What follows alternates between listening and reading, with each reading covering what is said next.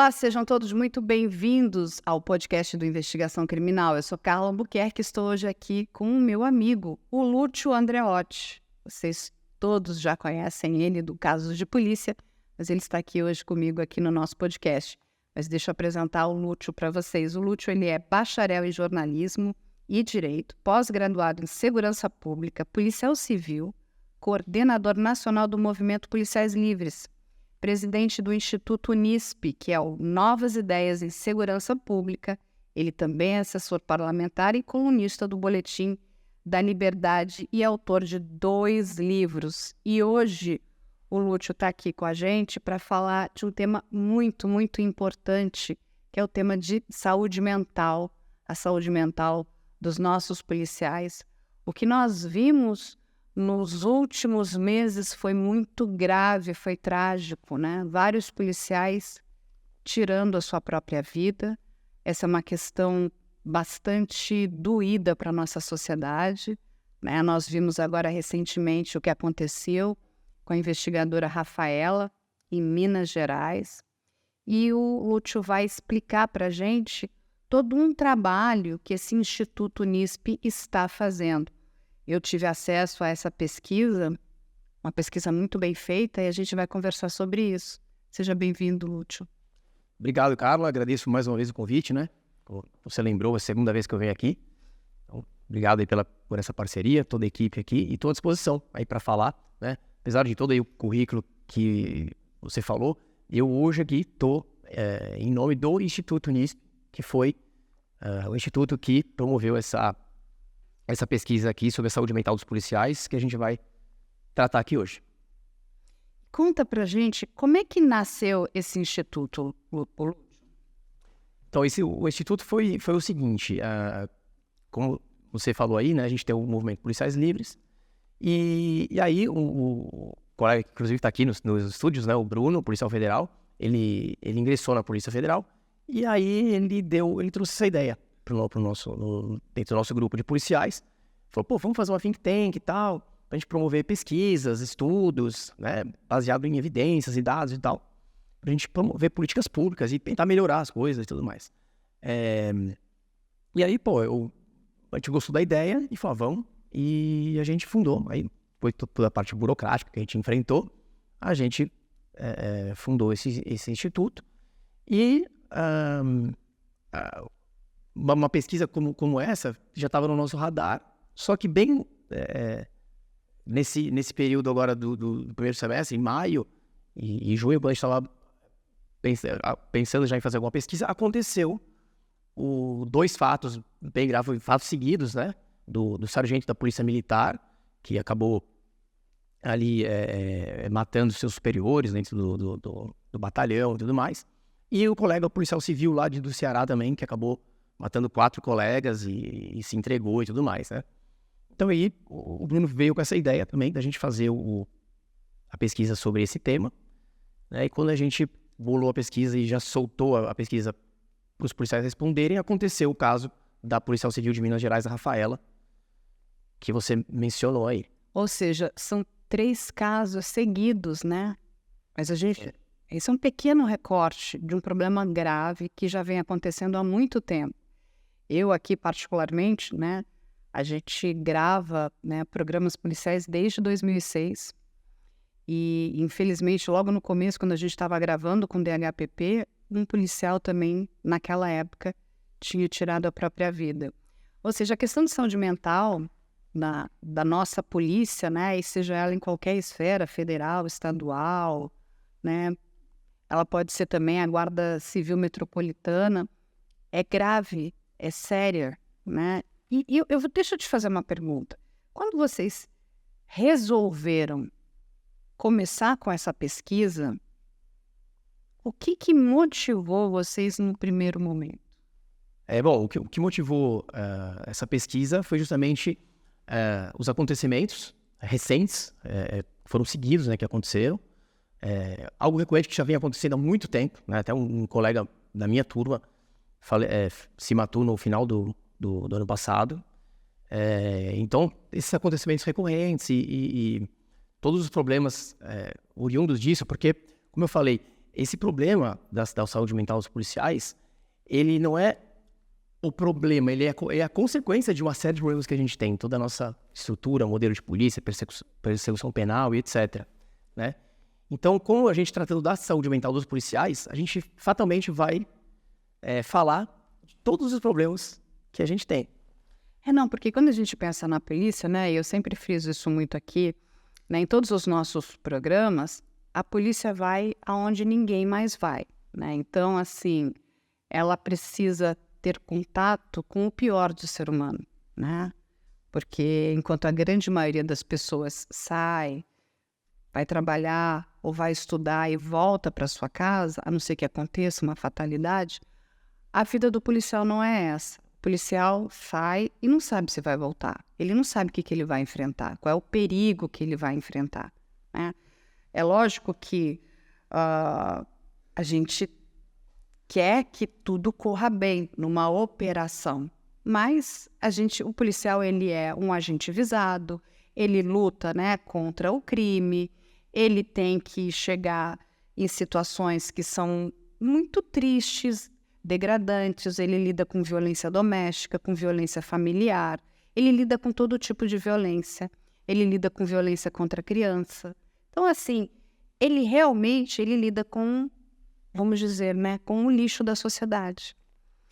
E quando a gente para pensar nessas questões, que são muito sérias e são questões que afetam a nossa sociedade, porque, inclusive, quando a gente mede o nível de violência, Luciano, a gente mede a questão, né, do quanto a nossa sociedade está doente. Mas o que é feito? Você considera que a saúde mental dos nossos policiais está adequada? Porque a gente está falando de coisas, né? A gente está falando de problemas seríssimos, de questões seríssimas. A gente está falando da nossa sociedade. E quem é que tem que lidar com isso? Quem lida são os policiais. Como é que está a saúde mental dos nossos policiais? A saúde mental dos nossos policiais, as nossas polícias estão doentes. Nossos policiais estão doentes, né? Isso é consequência de uma série de fatores, uma série de problemas, que é o que a gente traz aqui nessa pesquisa, que inclusive o prefácio foi escrita pelo Rodrigo Pimentel, todo mundo conhece, né? Capitão veterano aí do BOPE, que ele ficou impressionado com os números e fez um prefácio aqui bastante interessante, né? E até só para lembrar como é que foi feita essa pesquisa, né? Ela foi uma pesquisa que quase 3 mil policiais do Brasil inteiro, de todas as corporações, responderam, né? E olha só que dado interessante. A gente traz aqui um dado do Instituto Monte Castelo. Em 2021, foram 136 agentes de segurança pública assassinados no Brasil. Em 2020, foram 176 assassinatos, né? Então, esse é o mundo em que os policiais se deparam, né? Aqui no caso, foram de policiais mortos, né? Não estou falando aqui de policiais que se mataram e tudo mais, mas esse é o... Mas esse dado são de policiais em combate ou... Esses dados aqui são de policiais mortos, acho que tanto em serviço quanto... Fora do serviço, tá. Eu achei até que fosse maior, viu? Na minha ideia, porque teve uma época, não teve? Que teve uma sequência bastante grande, foi um pouquinho antes da pandemia, não foi? Teve um número enorme de policiais, principalmente aqui no estado de São Paulo, que foi bem grande, eram policiais militares.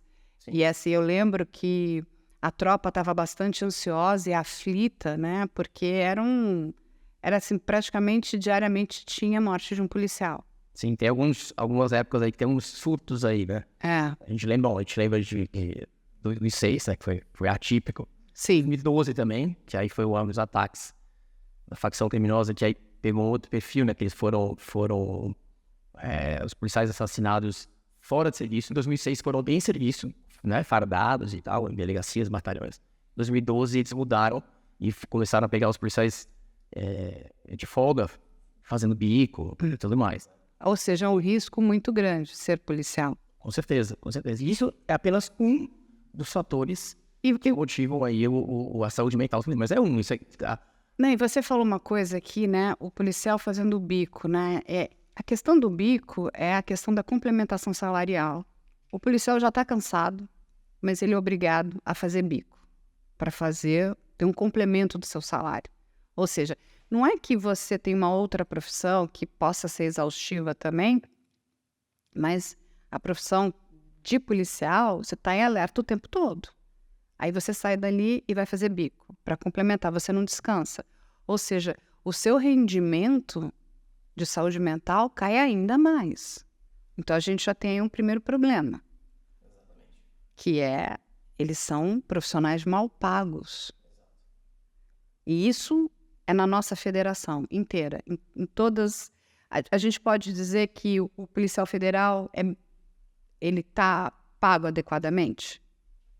Então, essa é uma questão muito, muito importante que você tocou. Porque a remuneração, sim, é um problema importante. É um dos fatores que levam aí ao problema da saúde mental dos policiais. Mas, aqui na nossa pesquisa, a gente viu que isso não é determinante. Tá. Até por conta da questão aqui que a gente veio da amostra dos policiais federais. A Polícia Federal é a polícia que tem a melhor estrutura, onde tem os melhores salários. É melhor remunerada em relação à polícia civil, a estadual e a militar. Com certeza. Melhor remunerada, tem uma estrutura. São policiais com uma procedência intelectual, melhor. O currículo dos policiais federais é excelente, é um concurso extremamente disputado e tudo mais. E você vê, aqui nessa pesquisa, a gente vai chegar, quando a gente for começar a falar dos números, a gente vai chegar nessa parte, em que, proporcionalmente, os policiais federais são os que mais se matam no Brasil. Ou seja, apesar de terem uma remuneração melhor, ainda o comparativo, né, não é nem o quantitativo, até porque você deve ter muito mais policial militar do que federal. Exatamente. Números absolutos, sim. Lógico que os policiais militares são os que mais se matam, psicológico e tudo mais, mas proporcionalmente os policiais federais, pelos números aqui, a gente vai ver que eles são os que mais sofrem com problemas. Mas vamos voltar, mas a questão de remuneração, e o que você fala é um dado bastante interessante, que mostra uma questão vocacionada, né? Então a pessoa que procura ser policial, seja ele militar, estadual ou federal, né? O policial civil ali também, ele tem uma vocação. O salário não é a coisa mais importante, mas ele mexe na vida do policial, porque ele tem que pagar contas. Porque assim, sabe o que é uma coisa importante a gente deixar claro aqui, né? Porque as pessoas, às vezes, olham o policial como se ele fosse uma máquina, como se ele não fosse um ser humano, né? E a gente esquece que a gente está lidando com seres humanos. Tem família, eles têm, né, sonhos, desejos, se frustram, ficam tristes. E a gente tem aquela imagem que o policial ele não pode ficar triste, ele não tem depressão, ele não tem tristezas, ele não tem problemas familiares, né? Não passa na nossa cabeça. Muitas vezes a gente esquece, não, ele é um ser humano como todos nós. E passa pelos mesmos problemas com, eu acho, que uma questão ainda mais séria, que é o dia a dia do trabalho dele. E a gente entende que ele é vocacionado, é isso? Tem uma paixão. Com certeza, com certeza. Assim, embora hoje em dia a gente tenha um problema, na minha opinião, a gente tem um problema no sistema de recrutamento dos policiais, que muitas vezes não ofere a vocação. Né? Então, tem muito policial vocacionado, tudo mais, mas também tem hoje em dia muito concurseiro, né? Muita gente que entra ali que não tem vocação e tudo mais. E isso é um problema também. Eles não conseguem passar também, isso é um problema.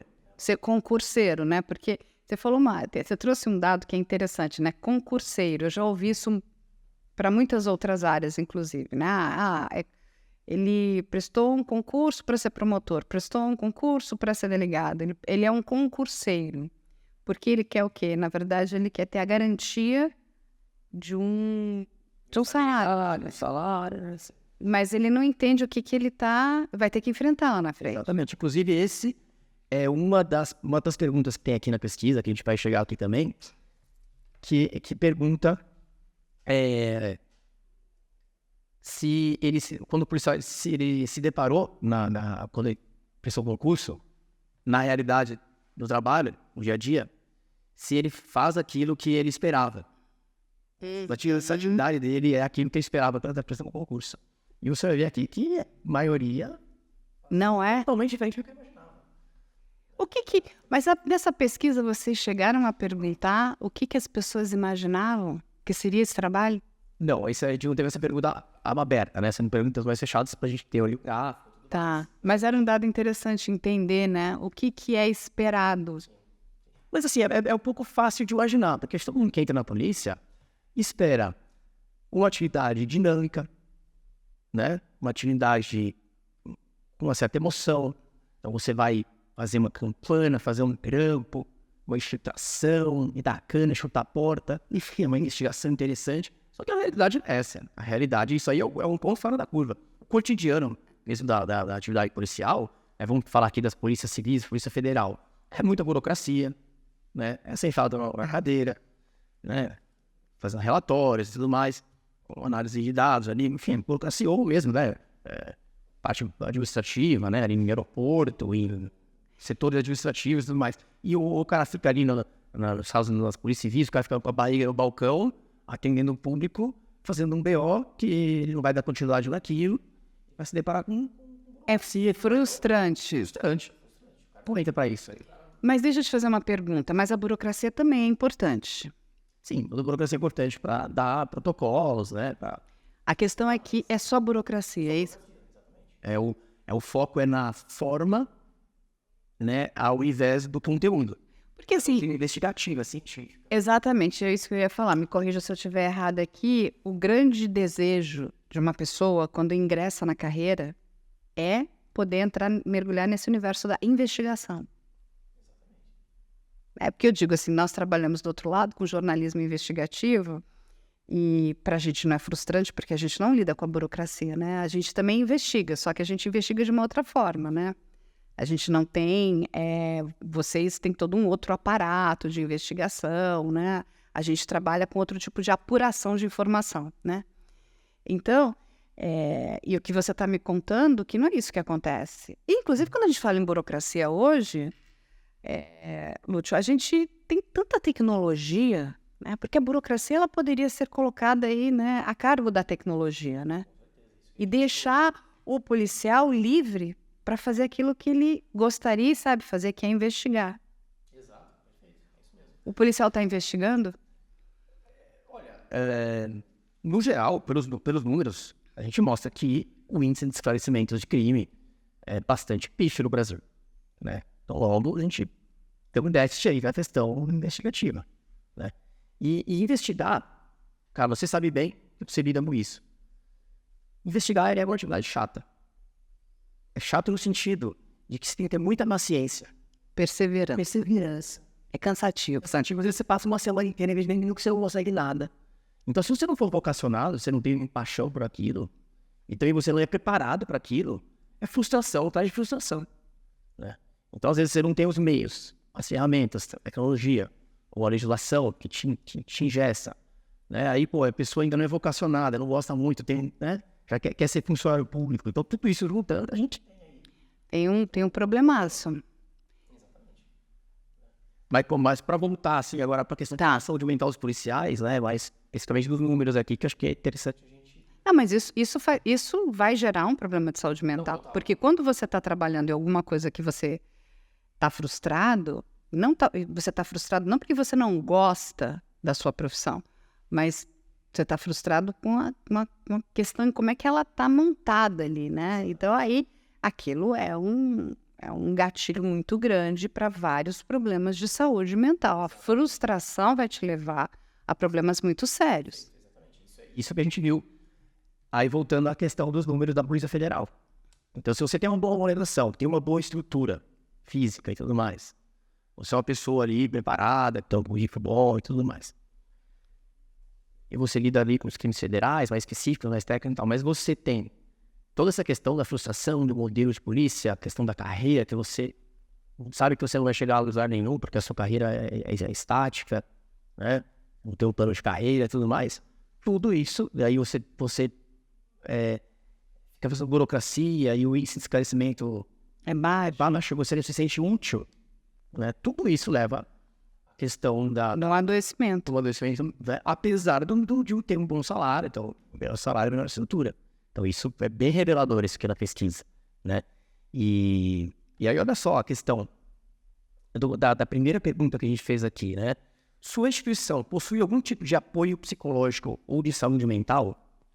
Aí a gente tem aqui que 59,2% falaram que não.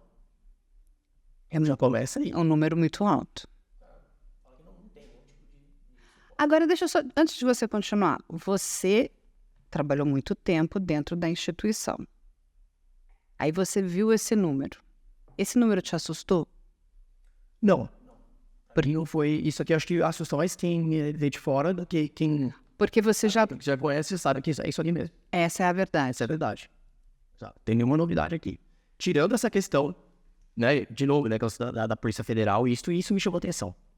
Você vê os policiais federais sendo os que mais sofrem com problemas psicológicos, sendo que todo mundo, né, tem a Polícia Federal como uma referência, como um modelo e tudo mais. Isso é uma coisa que me chamou atenção. Eu não sabia que estava desse jeito. Mas o mais, para mim, isso aqui é bem normal. E por que esse número da Polícia Federal é tão alto? O que a pesquisa conseguiu revelar para vocês? Pelo que a gente conversa com os colegas, pelos depoimentos que a gente vê aqui e tudo mais, vem muito dessa questão do modelo de polícia, né, da burocracia, da carreira, da falta de carreira, né, de você, como eu estava conversando até antes, né, um agente federal que esclarece 10 crimes no mês, ou 20, não dá nada para ele. Não existe a meritocracia, né, não existe uma ascensão meritocrática da carreira para você, como existe nos Estados Unidos, por exemplo, que você conhece bem, né? O policial jovem entra na base, através do tempo, do mérito, da performance, de provas internas, da sua vocação e tal, você vai subindo, aí você pode chegar no topo da carreira. Então você tem os incentivos necessários para a pessoa fazer carreira dentro da instituição. E não usar, muitas vezes, como trampolim. Muitas vezes isso acontece muito isso nas polícias civis, na Polícia Federal. Pô, o cara é gabaritado, tem um currículo excelente. O cara é concurso difícil, tal, ele entra. Aí ele fez tudo isso, ele fala, pô, cara, não vai ficar aqui não, eu vou prestar concurso pra outra coisa, eu vou me encostar aqui e vou estudar pra outra coisa, porque eu tenho condição. Mas quando você, por exemplo, vamos voltar aqui na Polícia Federal, que eu achei isso interessante. Você me falou que se ele esclarecer 10 ou 20, né, crimes em um mês, tanto faz. Agora, dentro da instituição, né, como é que os seus pares enxergam isso? Né? Porque se a gente tem lá uma equipe, né? Porque quando a gente fala de esclarecimento de um crime, não é um único policial, é uma equipe que está designada para fazer aquele esclarecimento daquele determinado crime, daquela determinada operação, correto? Sim. Existe guerra entre esses grupos? Olha, você está esclarecendo muito. Você entende? Porque isso dentro do universo profissional, em várias áreas, a gente encontra isso, né? A famosa puxada de tapete. Aquele que não quer fazer muito, não quer que o outro faça, então se o outro está fazendo, vamos prejudicar. Como é que... Ou não? Existe ali um companheirismo entre os seus pares, os seus colegas, ou ainda... Porque além de tudo que a gente está vendo de externo aqui, como é que é o interno? Sim. Bom, acho que assim, é muito variado, né? Porque acho que o mundo policial, ele é bem plural. Acho que a polícia tem espaço para todo tipo de gente, né? Quem é mais operacional, quem é mais burocrata. Mas, por exemplo, se você trabalha muito, você está aparecendo, isso é bom ou é ruim? Sim, então, exatamente. Aí que tá, por exemplo, tem maus policiais que muitas vezes vê que o outro tá querendo fazer muito e fala, ô meu, baixa a bola aí, porque você vai só arrumar encrenca ou mais trabalho. Então vai na manha aí, com esses inquéritos, com essas investigações, vai na manha, porque senão vai vir mais, né, inquérito pra gente. Então, vai tranquilo aí, tem essa coisa, né? Mas tem de tudo, né? A polícia tem todo tipo de gente. Tem gente que põe idealista pra caramba e tenta fazer as coisas, dá uma produtividade. Mas como é que é esse perfil desse policial idealista? dentro da corporação, aí pode ser na federal, na civil, na militar, ele é bem visto ou não? Olha, seja honesto. Na sua percepção. acho que ele é bem visto por quem também tem o mesmo pensamento, Tá. que é fazer a diferença. E agora, ele vai ser mal visto por aqueles que são tranqueira, né? Nem fala. Tranqueira. Né? Na polícia tem espaço para todo mundo, então você acaba que se juntando com os seus, né? Não, porque isso para mim é uma questão, né, bastante relevante. Quando a gente fala de saúde mental, uma pessoa que quer fazer, quer acontecer, e aí você encontra o tranqueira, né, que você trouxe muito bem, aquilo também já é mais um balde de água fria. Então você quer avançar, olha, a gente pode fazer, nós vamos mudar, né? Eu vim para cá para isso. Aí tem o tranqueira que não deixa. Ou vai botando as pedras no caminho. Aí o que acontece? Porque assim, é mais uma condição de adoecimento. Porque, no fundo, o tranqueira tinha que ser retirado também, né? A gente tinha que, né? A própria instituição tinha que olhar. Não, vamos pegar o tranqueira e vamos colocar, sabe? Falar, o tipo, colega, né? Ou você muda, ou a gente muda você, né? Mas é complicado isso. É complicado. A gente tem toda uma estrutura da polícia, legislação, cultura. Me dei muito da cultura, né? Que a gente tem que é complicado. Geralmente não premia os bons. Às vezes, pelo contrário, às vezes premia. Claro que eu não estou aqui, pelo amor de Deus, fazendo crítica a nenhuma instituição em específico. Não, é pra gente... Erros polícia, que afetam a todos. Mãe, é pra gente enxergar... Não, Lúcio, é pra gente enxergar, né? Como é que a sociedade ajuda, né? Também, porque a sociedade precisa da polícia, né? É o que eu falei, né? Outro dia eu estava comentando, eu passei bastante tempo, uma época gravando dentro do Copom, né? Que é o famoso 190, onde chegam todas as ligações e qualquer coisa que vai acontecer, uma pessoa, a primeira coisa ela vai pegar o telefone e vai ligar o 190. Ela pode gostar, desgostar da polícia, e até para saber se é o dia do rodízio do carro. Olha, hoje é dia do rodízio do meu carro, posso sair com o meu carro ou não? Aquilo é uma loucura, o que é, assim, vale a pena um dia, né, quem puder, entender o que é o famoso 190. Então, os problemas da sociedade desembocam ali. Policiais, no Copom. Exatamente. Então, assim, nós precisamos da polícia. Então, assim, e eu entendo que a sociedade quer estar do lado da polícia também, quer ajudar, Sim. Mas ela precisa saber o que está acontecendo. Então, quando você me conta, tem um policial aqui que é idealista, esse é o policial que a gente quer. Entende? Quando você entende, mas o outro está cansado, o outro está desmotivado, o outro está triste, não era isso que ele estava... ele não é vocacionado, ele é o concurseiro, isso é muito ruim, né? Porque, assim, quando você está falando, inclusive, que eu acho que uma das questões são essas pessoas que são colocadas aí dentro, né? Esses concursos são bons e ruins, porque você está medindo ali, e me corrija se eu estiver colocando alguma informação errada, você está medindo conhecimento, mas você não está medindo vocação. O quanto essa pessoa deveria... olha, ele gabaritou a prova. Ele é ótimo, ele sabe tudo, sei lá, tem não sei quantas questões, mas ele acertou 90%. Mas isso não significa que ele está vocacionado. Porque vocação é completamente diferente desse tipo... Porque não é nem um conhecimento, né? Porque é um conhecimento muito específico, é um conhecimento para fazer uma prova. Mas será que essa pessoa deveria ser policial? Pois é, esse é um problema do sistema de recrutamento via concurso público nos moldes que a gente tem aqui.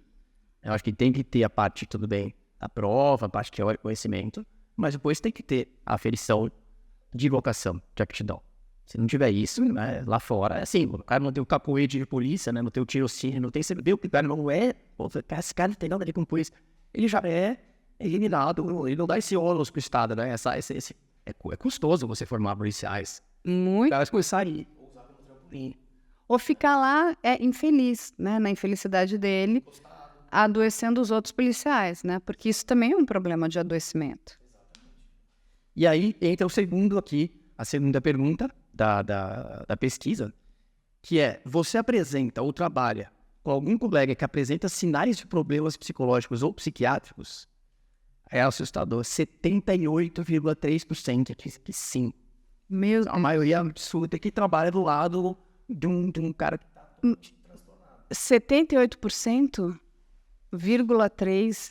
Que apresenta ou trabalha com algum colega que apresenta sinais de problemas psicológicos ou psiquiátricos. É muita coisa. E aí vem cá. Como é que funciona isso, né? A instituição, aí, independente se é Polícia Civil, Militar, Polícia Federal, Guarda Civil Metropolitana, a nossa área de segurança, ela tem um atendimento adequado para que essas pessoas possam recorrer? Porque, de novo, tratamento psicológico, saúde mental é algo muito sério, é algo muito importante, né? Eu digo, feliz é aquele que faz, né, terapia, porque a terapia cura pela palavra, é importantíssimo. Como é que é isso? A gente tem isso? Então, segundo Porque esse número é alto. Muitas pessoas não sabem se tem ou não tem, né? Não sabem como chegar nesses setores, ser atendido. Não é uma coisa falada da polícia, uma coisa que é próximo do policial. O policial tem que ir atrás. Muitos depoimentos aqui dizem que os policiais eles têm medo, receio de falar que tem problemas psicológicos ou que estão com pensamento suicida e tudo mais, por medo de ser punido, perseguido. Que triste. Então, é bem assustador. Aí tem aqui, ó, se você ou algum colega precisar de ajuda psicológica hoje, você sabe como proceder? 57,9% diz que não. A mais da metade não faz a menor ideia de como fazer se tiver algum problema. Gente, é muito, muito, muito alto. E aí, mas na tua experiência, né, com as informações que você tem, a gente tem um departamento de ajuda psicológica dentro da polícia? Aí depende muito do estado, né? A gente tem estados que tem. Inclusive, acho que... Mas tem é bom ou tem... Inclusive de psicólogo policial. Mas é bom? Ou é para inglês ver? Assim, segundo os depoimentos dos colegas, tem vários depoimentos aqui que falam que é ruim. Que foram desencorajados, inclusive, em sair de licença psiquiátrica, ou que fala assim, não, você tá com frescura, você quer atestado. Frescura. Trabalhar, sabe? Então, assim, vários depoimentos de pessoas. Eu fico imaginando que talvez um dos maiores problemas, né, do próprio policial deva ser o burnout, né, que é a síndrome do esgotamento, que, assim, a gente precisa parar de estigmatizar, né? A saúde mental, ela precisa ser olhada com seriedade, com respeito, né? Se você tiver uma gastrite, você vai ser mal visto? Não. Na verdade, sei lá, eu tive um problema de apêndice, tenho um apendicite, tá tudo bem. Por que você chegar e falar, olha, eu estou com um problema de ansiedade, deve ser um outro transtorno que deve ser muito recorrente entre os policiais. É um problema que você, por exemplo, a gastrite é uma questão física. O problema psicológico fica no campo da subjetividade. Aí o que vem essa questão de, não, você tá com mentira ou frescura, dessa cultura também. Aí você fica... Mas é uma cultura da ignorância, não é? E a gente precisa mudar essa cultura. Porque a saúde mental, você imagina um policial com problema de transtorno de ansiedade, com depressão, ele está ali tendo que trabalhar. O transtorno, todas essas questões mentais são muito, muito sérias. Não são uma brincadeira. E se elas não são tratadas da forma adequada, elas vão gerar problemas e consequências muito sérias lá na frente. É o que você está trazendo aí na pesquisa e vai explicar. São policiais, um atirando no outro, o quanto não, né, tirando a sua própria vida. burnout. Burnout entra para outro problema que está aqui também, qualificado, que é a questão da escala de trabalho. Então, às vezes tem lugares aí que a escala de trabalho é desumana. Então, é um outro ingrediente que você trouxe aqui, que também está aqui na nossa pesquisa. Você tem receio de sofrer violência por parte de colegas que possuem problemas psicológicos? 70,6% dizem que sim. Ou seja, você trabalha por medo de todo mundo armado, o pessoal tá transtornado, você fala, pô, eu tenho medo de ser morto aqui pelo colega que trabalha, como aconteceu desse colega do Ceará. Sim. Motivou a nossa pesquisa, né? Inclusive também aqui com aqueles policiais militares, né? Exatamente. Que aí entra aqui essa pergunta. Você já teve vontade repentina de cometer algum ato extremo, disparar a arma fora da situação de combate, agressão do suicídio? Olha essa pergunta. Você já teve vontade de cometer algum ato extremo? 39,6% sim. Quase 40% já pensou. Gente, isso é um dado assustador, porque quando uma pesquisa ela reflete, né? Vocês receberam quantos retornos? Foram quase 3 mil respostas. 3 mil respostas, quer dizer, um número bastante alto, né? Bastante expressivo, bastante expressivo. Você estava me explicando que uma das pessoas, né, que montou essa pesquisa, ele, inclusive, é um fera nessa questão da métrica e tudo, né? Então, para criar essas modelagens todas que vocês estão fazendo. Lúcio, qual é o contingente policial que a gente tem, mais ou menos, vamos daí, no Brasil inteiro? Hoje, a gente estava conversando aqui antes, né? Mencionou aí algo em torno de 1 bilhão.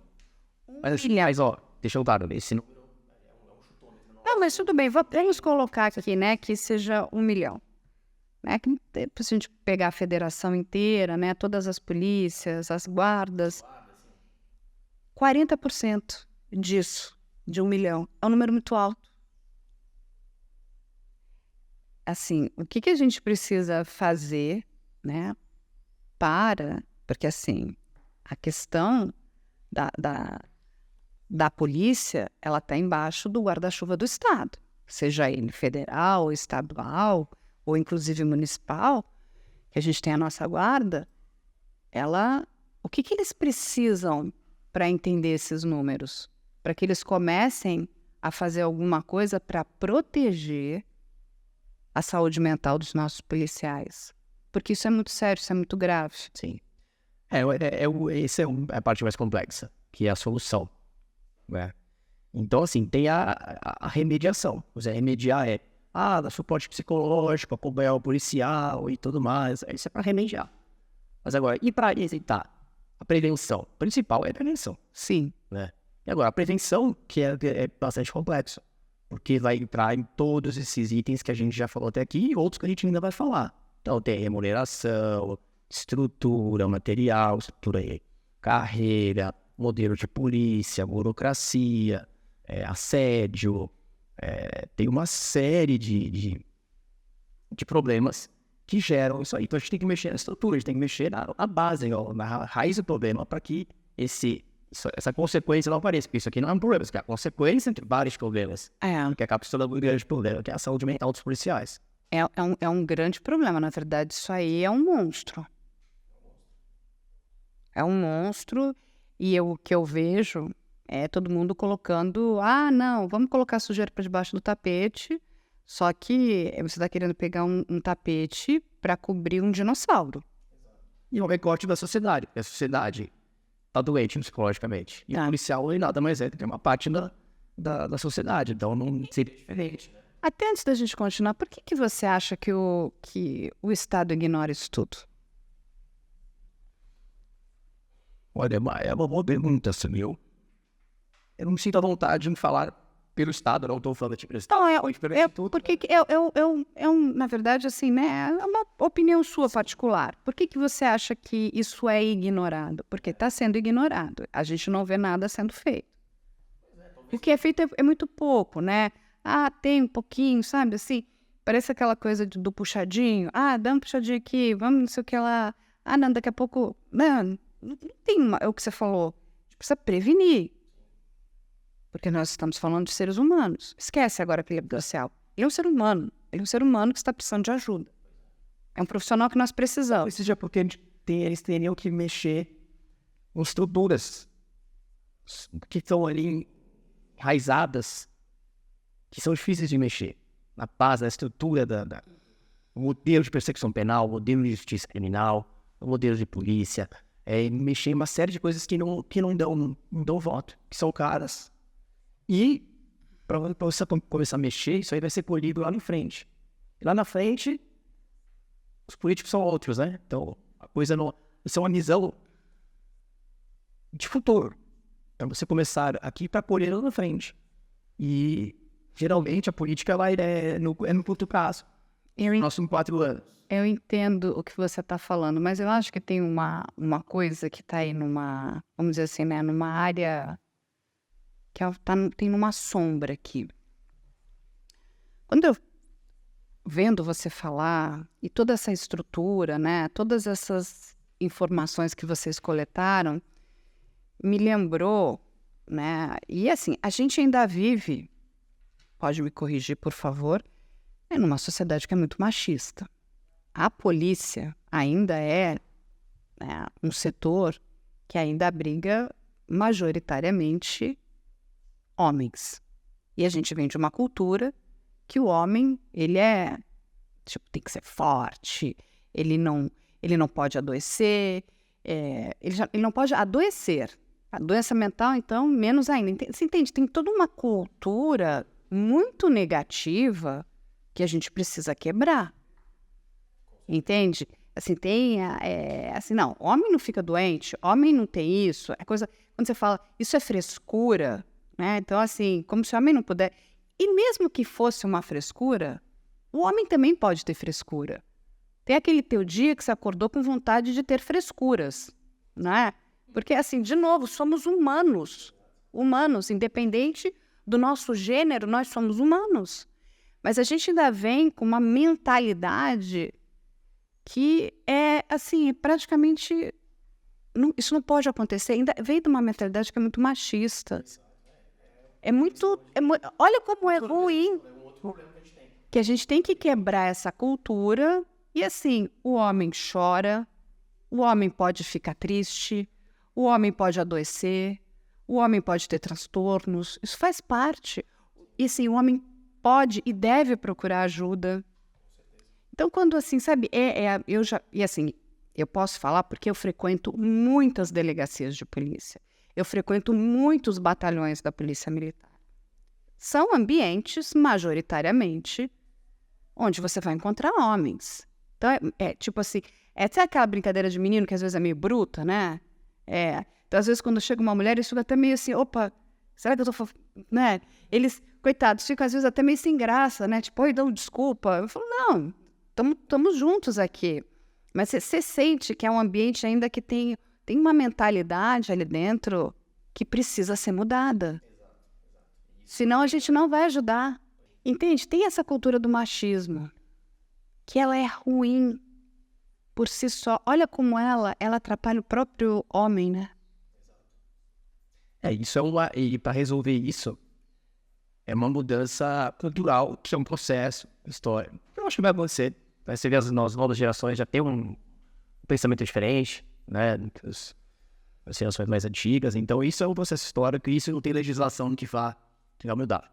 A legislação ajuda a colocar algumas diretrizes que ajudam, como consequência, mudar culturas. Mas isso aí é o tipo da coisa que é um processo histórico, que aí não entra na questão ali prática de legislação, mudança de modelo e tudo mais. É uma questão cultural, entendeu? E que isso precisa, né, ser... Mas isso também, quando a gente fala de cultural, é aqui que você vai trabalhar políticas públicas. Entende? Porque, de novo, muitas pessoas não enxergam o policial como um ser humano. Acham que o policial é uma máquina, né? Ou chegou, tem que fazer, tem que acontecer, ele não fica doente. Aí tem a própria, vamos dizer, né, a corporação ainda tem essa mentalidade que é extremamente machista. Olha como tudo isso, você vai somando, isso é uma bomba. Bomba relógio. E uma hora só. Luciano, quando a gente pega a história da Rafaela, dessa escrivã de Minas Gerais, o que aconteceu com ela é muito grave. Ela vinha relatando abusos seríssimos. Por que é que um homem acha que tem o direito de tratar uma mulher com um tom de inferioridade? Ela está ali porque ela é uma profissional. Entende? Ela não é... É um desrespeito, é te subjugar, é te colocar numa posição de inferioridade. É cafona, né? No mínimo é cafona, gente. É de uma cafonice ímpar. É muito... E aí, o que acontece? Olha, tá vendo? Ela é fraca, ela não aguentou. Ninguém aguenta. Ninguém aguenta. Ninguém aguenta. Porque isso, inclusive, esse tipo de assédio, isso é uma tortura. Você leva a pessoa no limite, né? Com as suas devidas... vamos colocar aqui, né? Colocar isso de uma maneira gentil. Mas se a gente pegar Guantánamo, o que eles faziam? Torturavam aquelas pessoas. Eles não aguentam. A pessoa enlouquece. Ela enlouquece, ela faz qualquer coisa. E você pega, e aí você faz o quê com essa... Olha o que aconteceu com essa moça. Exatamente. É um ambiente insalubre num nível muito alto. De modo geral, Eu entrevistei o pai dela. Ele me disse, o sonho da minha filha era ser policial. O dia que ela entrou na polícia foi um dos dias mais felizes da vida dela. Olha o que foi feito com essa moça. E nós perdemos, quem perde... Lógico que quem perdeu muito é a família dela, mas a sociedade perde uma profissional incrível. Por quê? Ela é uma cultura nefasta que está implantada ali dentro. E que a gente precisa quebrar tudo isso. É um trabalho gigante. Porque não é só você dar apoio psicológico. Você precisa mudar a cultura dessas instituições. Você precisa trabalhar política pública. A gente precisa trazer a sociedade para perto da polícia. Da mesma forma que uma pessoa entra numa padaria ou entra num supermercado e conversa com uma pessoa, ela deveria se sentir à vontade para entrar numa delegacia de polícia, num batalhão, e falar, como é que vai, tudo bem? Conceito de polícia comunitária, né? Exatamente. Servir de proteger, tá integrada aí. Conversar, porque, não é? Você está bem? Me conta um pouco do seu dia, conhecer, né, ali a zona onde você trabalha, as pessoas que moram ali. Sabe, sabe o que eu sinto em tudo que você está falando? Falta o humano. Sim. Exato. Exatamente. Aí aquela questão do policial, eles também de se sensibilizar com tudo, né? Porque aí, no caso, uma vítima liga o número de BO, o número de inquérito, né? Paralisa ali o crime, o cara começa a ficar. Ao mesmo tempo que ele fica frio, não tem como blindar o psicológico dele. E no que ele se depara, no que ele vive todos os problemas em volta dele, da instituição. E aí o cara vai se destruindo por dentro, né? O cara começa a ficar frio mesmo, o tempo inteiro, né? E já viu isso. E aí os idealistas que têm propósito, que vê propósito na polícia e tudo mais, são como essa colega aí lá de Minas. Que ela tinha capacidade de se indignar.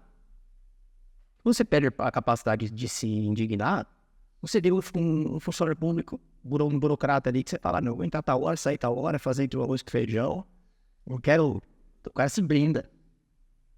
Já não está mais preocupado com o outro, com a vítima, com a investigação, com o crime, nada. O cara faz ali o arroz com feijão.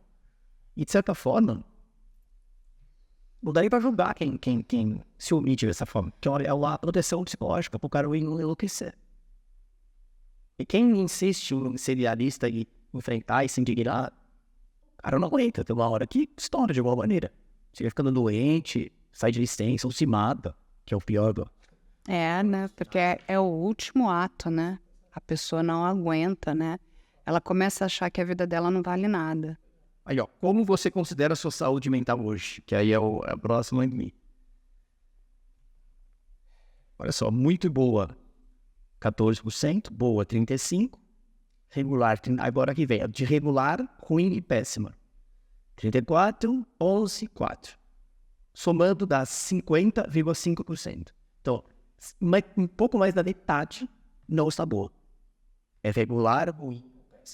Ou seja, gente, olha o que... O pessoal da equipe metade. Não, e isso é... Olha só, gente. Olha a nossa polícia. Seja ela, né, em que grau for federal, estadual, municipal, 50% diz que a sua saúde não está boa. É muito. E assim, e o que está sendo feito para, no mínimo, tratar, prevenir e melhorar?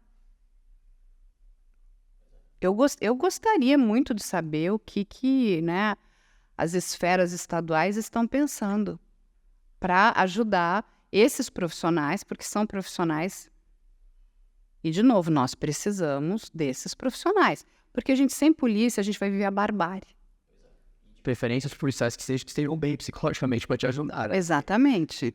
O policial tá pior que a vítima, já tem um grande problema aí. Né? Inclusive, teve a Lei Orgânica Nacional das Polícias Civis, que passou na Câmara dos Deputados agora na semana passada. Ele traz com essa diretriz dos estados terem o setor de saúde para os policiais. Então, tem estados que já tem, não vai mudar nada, e tem estados que não tem. Então, isso vai ser uma... vai ter as polícias, vai ter um setor de saúde para os policiais. Mas tem que ter e tem que ser bom. E tem que ser confiável. Entende? Tem que ser confiável. E quando a gente fala de saúde mental, a pessoa que vai procurar aquela ajuda tem que se sentir à vontade. Não pode ser uma saúde mental que seja uma armadilha contra ela. Entende o que eu quero dizer? Porque, assim, a pessoa, quando você vai fazer uma terapia, é algo muito particular, é muito privado, né? A pessoa tem que estar se sentindo muito confortável. Porque você... E acolhida. É. Se você fica desamparado, só por ajuda, se está desamparado, piora. Que é a cura pela palavra, mas é um momento que você se desnuda. Que você olha no seu espelho, você vai ver coisas que você não vai gostar. A terapia, no primeiro momento, ela machuca. Aí depois, assim, você vai avançando, né? Aí você vai ganhando força, você vai se entendendo, você vai se fortalecendo. Mas aquele momento inicial da terapia é muito complicado. Porque quem é você? Você se descobrir e quando a gente consegue, né, se despir de verdade, é muito difícil. Porque a gente vai encontrar coisas que a gente não quer ver. Né? Mas que número é esse de 95,6%? É que você acredita que os comandantes ou políticos responsáveis pela sua força, né, sua corporação, poderiam fazer mais pela saúde mental sua e sua família? E 95% diz que sim. Que sente esse desamparo da instituição. A instituição, como lida com o crime, lida pior da humanidade, isso é o mínimo que tinha que ter o respaldo psicológico para quem lida com a barbárie. Sim. Então, ou seja, vocês estão se sentindo desamparados pelas instituições. Gente, o número, quer dizer, é praticamente quase que 100%, né? Não se sente amparado. E aí, gente, como é que é? Vamos lá, né? Governo federal, vocês vão fazer o quê pelos nossos policiais federais? Aí os governos estaduais, pela polícia militar e pela polícia civil, né? Aí os governos municipais, pelas guardas civis metropolitanas. E ainda temos os policiais penais, não é isso? O que está sendo feito? Eu fico imaginando a cabeça de um policial penal, né? Que ainda tem que lidar com o presídio, que é o lugar onde ninguém quer ir, né? Que ali é assim, a porta do inferno, né? Esses números aqui, quando a gente chegar aqui nessa parte, sabe que os policiais penais sofrem bastante a questão psicológica, porque eles lidam ali com um lugar muito tenso, aí na tensão que é um presídio, com gente da pior qualidade, que pensa que é poder fugir. Tem maldade. Tem que receber. É muito... Sim, é uma tensão, deve ser uma energia. Não, a energia lá não é boa, não. Ainda tem essa questão, né? Porque assim, a questão mental que a gente está falando, né? Mas com todo respeito, né? A gente também tem que pensar até na questão espiritual, né? Porque, assim, numa boa, você está lidando ali, Porque você joga ali, vamos dizer, né, aquilo que ninguém quer lidar. E aí se vira, você que se vire para... Quem é que se vira? É o policial penal. Polícia Penal, realmente, assim, eu tenho uma admiração por eles, porque eles lidam com um submundo ali que eu não consigo nem imaginar. Sabe? Só se o pouco que eu tive contato com carceragem em delegacias, né, que o pessoal ficava lá, os presos ficavam pouco tempo ali e tal. Ali só de você chegar perto daquele ambiente já era pesado. Agora, imagina você lidar, né, cotidianamente com essa rotina com presos, assim, terrível. Chocante. É chocante. Uma próxima pergunta aqui, que foi feita para os policiais, você acredita que a estrutura da carreira policial de sua instituição e sua relação com os superiores é prejudicial para a sua saúde mental?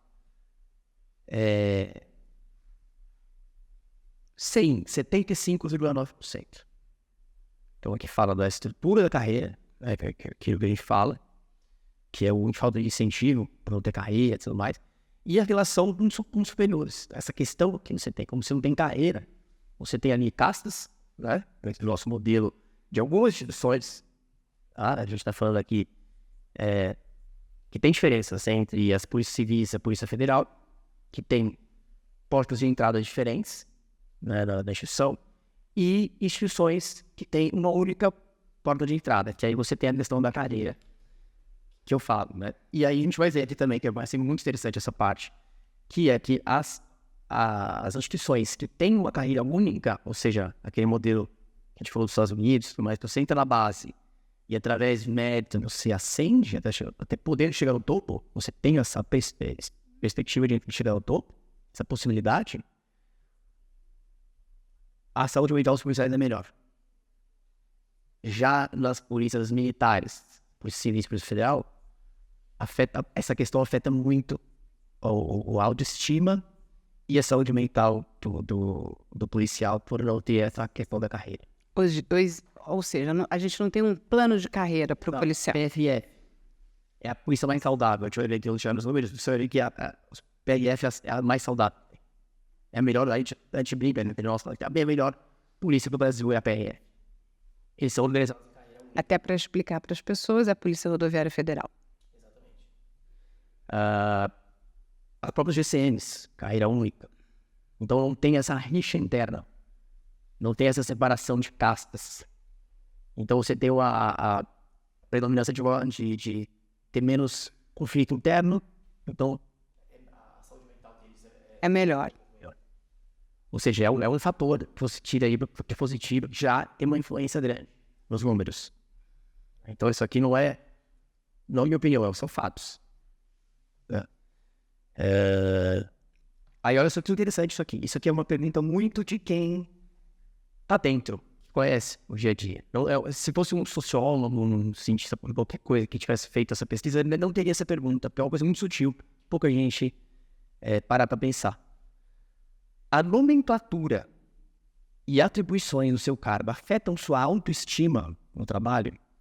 Aí aqui, 40%, 40,3% diz que sim. Ou seja, é uma coisa banal, parece. A nomenclatura, o nome do seu cargo, o nome da sua instituição, né, e as suas atribuições afetam a sua autoestima? Pode, 40%, um pouco mais de 40%. É muita coisa. É muito alto também. Aí temos que exemplificar o que é isso, para a pessoa entender na prática. Quando você chama um GCM, né? Guarda Civil Metropolitana. Essa nomenclatura guarda traz uma coisa de diminuir. Entende? Não é inicial para uma guardinha. Guarda. Entendi. Isso afeta o autoestima do cara. Você carrega por mais que o cara tenha atribuições importantíssimas, né? Nobres, atividade dele, né? Que, prende e tudo mais, o cara é chamando de guarda, né? Então... É como se estivesse diminuindo aquela pessoa. Exatamente. Então, são coisas sutis. Então, por exemplo, a gente vê nas polícias federais na Polícia Federal e nas polícias civis. Né? Por exemplo, vamos dar um exemplo aqui de São Paulo, né? Do cargo que é a polícia civil que mais cargos tem. A gente tem 13 cargos policiais. Né? Então, você tem ali um cargo chamado atendente de necrotério policial. Né? Aí você olha atendente de necrotério, que ficava no balcão atendendo lá na... Sabe? Então, se você diminui a nomenclatura do cara, sabe? Quando, na verdade, ele é um agente de perícia ali, que ajuda o médico legista, né?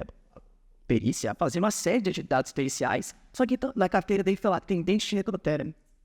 Ou seja, pessoa, auxiliar de necropsia, outro cara que existe aqui em São Paulo. Auxiliar de necropsia policial. Sabe? Então, assim, às vezes o cara que faz mais coisas, tem um conhecimento pela experiência absurdo. Auxiliar de necropsia, né? O próprio escrivão de polícia, que é o protagonista na polícia judiciária, no nosso modelo de polícia. O escrivão de polícia é o cara que fez da notícia crime, até passando pelo inquérito, né? E aí depois cumpriu o mandato de prisão, busca apreensão e tudo mais. E aí ele disse a lei da pessoa. Ele participa de todo o ciclo ali policial, né? Desde o plantão da chefia, lidando diretamente com o inquérito policial. Ele é o guardião do inquérito, as apreensões, pensa o inquérito, cumpre os despachos e tudo mais. Faz tudo, né? Ou seja, ele é um dos investigadores, né? Então tem uma procedimento, tem o delegado, o escrivão e o agente. Todos são investigadores, lidam com o inquérito, lidam com a investigação. Mas aí, você está no século XXI, ano 2023, tá lá, escrivão. Aqui não conhece, o cara fica lá digitando. Mas não pensa, acho que ele não precisa nem pensar. Eu entendi isso. Então, assim, o moral das pessoas caem, porque o cara tem uma atribuição muito mais complexa e tal, mas tá lá a atribuição, o cara é o seu escrivão. Quem não entende, vai pela nomenclatura, né? Então, assim, o próprio outros estados, né, por exemplo, tem inspetor, né, aqui em São Paulo é investigador, aí tem estado que é inspetor, aí tem gente que não gosta também desse nome. Inspetor, que é o inspetor bugiganga, sabe? Inspeciona o quê, sabe? É um nome que não traz a relevância da atividade do cargo, né? Isso é algo tão simples de resolver. Você dá um nome na Lei Orgânica Nacional das Polícias Civis, que passou agora, isso já faz um avanço. A gente tem um avanço aí. Tem uma reestruturação dos cargos, né? E a Lei Orgânica traz que as Polícias Civis vai ter uma identidade nacional, vai ser um padrão. Não vai ter essa bagunça que é hoje, né? Que é o lugar oficial de cartório, muito escrivão, é outro investigador, inspetor, agente, comissário. Antes de momento ela zona, pô. O cidadão tem até dificuldade de entender. O que é você, né? O que é você que faz e tal. Então agora... Quem que eu procuro? As polícias civis vai padronizar. Então as polícias civis vai ter o delegado de polícia, o oficial investigador de polícia e o perito, né? Então, oficial investigador de polícia já é um nome mais bonito, mais... Não, e tem toda a liturgia. Sim, é lógico. As pessoas, elas querem ter orgulho da sua profissão, entende? É uma questão do orgulho, porque assim, eu quero chegar e eu quero me apresentar, né? Assim, porque você se apresenta para a sociedade, né? Você vai conhecer uma pessoa, de repente você vai se relacionar, as pessoas perguntam o que você faz, você quer ter orgulho daquilo que você fala, né? Você está lá conversando com o seu filho, com a sua filha, você quer ter orgulho quando você conta aquilo que você faz.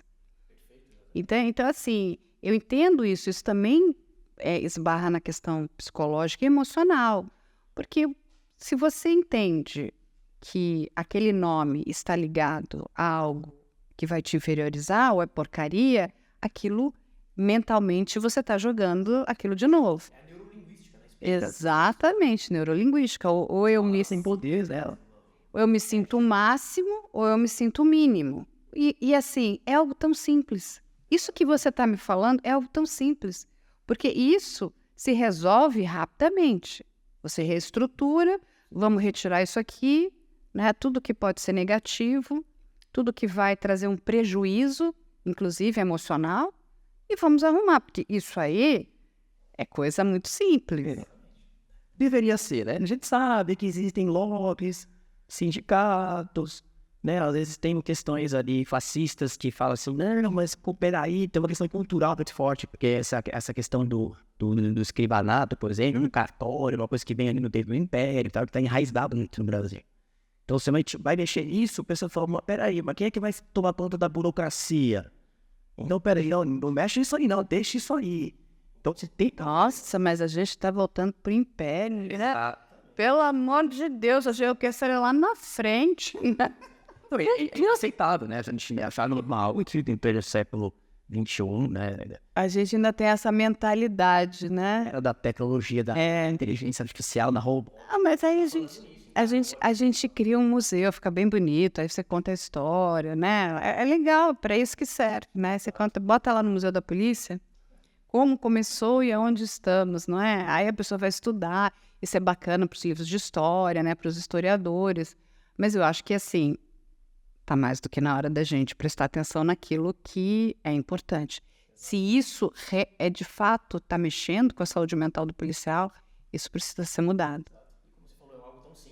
Isso é simples, isso aí eu não vejo qual é o problema. Você modernizar, mudar uma nomenclatura, isso é nada, assim, já dá um upzinho né?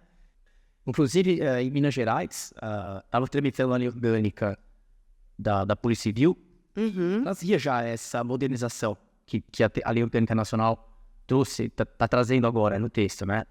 E foi uma batalha muito grande, teve muita resistência contra isso, até que não prosperou. Em Minas Gerais não prosperou, né? E inclusive, a gente pode até dizer, né, que a colega Rafaela, se esse projeto tivesse prosperado, tivesse modernizado a lei orgânica, tivesse dado essa injeção de ânimo, ou talvez ela pensaria 2 vezes antes de praticar isso, né? Porque Sim. Foi um banho de água fria nos processos civis, em boa parte, né, dos processos civis de Minas, quando essa lei orgânica não prosperou lá, né? E infelizmente a colega veio a cometer o suicídio, e talvez isso tivesse evitado. Sim, e aí tem aqui, olha, uma parte que eu queria até trazer, né, dessa pesquisa que vocês fizeram, já que a gente está nessa questão aqui que é bem importante, que é um relato. Eu vou ler um pedacinho do relato aqui, ó. Olha o que ele fala aqui, ó. Um amigo, também policial militar, me contou que certa vez sua filha lhe perguntou qual o cargo dele na polícia. Ele, muito constrangido, disse que era soldado. Isso lhe machucou muito, pois já tinha 19 anos de serviço policial. Gente, que triste isso.